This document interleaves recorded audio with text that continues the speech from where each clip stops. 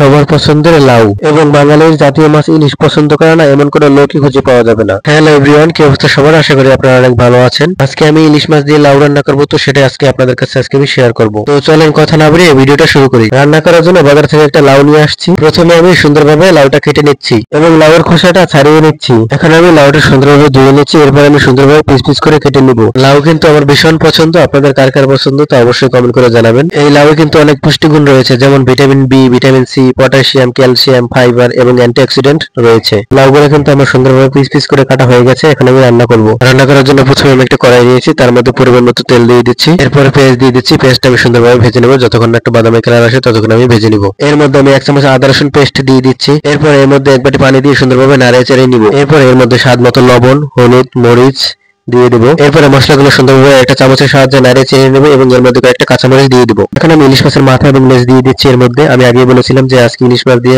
লাউ রান্না করবো, তো সেই জন্য আমি ইলিশ মাছের মাথা এবং লেজ দিয়ে আজকে রান্না করবো। ইলিশ মাছের মাথা এবং লেজটা সেদ্ধ হওয়ার জন্য আমি একটা ঢাকনা দিয়ে কিছু সময় ঢেকে রাখবো। এরপরে মাছটা সিদ্ধ হলে ঢাকনাটা উঠিয়ে মাছগুলো সুন্দরভাবে মশলার সাথে ভেঙে নিব। এখন আমি আগে থেকে কাটা লাউগুলো এর মধ্যে সবগুলো দিয়ে দেবো। লাউগুলো দেওয়া হলে এখন আমি একটা চামচের সাহায্যে এবং লাউ এবং মাছগুলো সুন্দরভাবে মিশিয়ে নিব। আমি কিন্তু লাউগুলো পিস পিস করে কাটার পরে আর ধুই নেই। লাউয়ের খোসা ছাড়ানোর পরে আমি ধুয়ে নিয়েছিলাম, কারণ লাউয়ের মধ্যে এমনিতেই পানি থাকে, কাটার পরে ধুলে এর মধ্যে পানি ঢুকে যায়। এখন আমি একটা ঢাকনার সাহায্যে লাউগুলো ঢেকে রাখবো। কিছুক্ষণ পর ঢাকনাটা উঠিয়ে দেখবেন কি লাউয়ের মধ্যে যে পানিটা ছিল সেই পানিটা বের হয়ে আসছে। এই পানিটা দিয়ে কিন্তু লাউটা পুরোপুরি সিদ্ধ হয়ে যাবে। আপনি যদি এক্সট্রা পানি দিতে চান তাহলেও দিতে পারেন। আপনারা দেখতেছেন লাউয়ের মধ্যে থেকে কিন্তু পানিগুলো বের হয়ে আসছে, দেখেন কত পানি এর মধ্যে।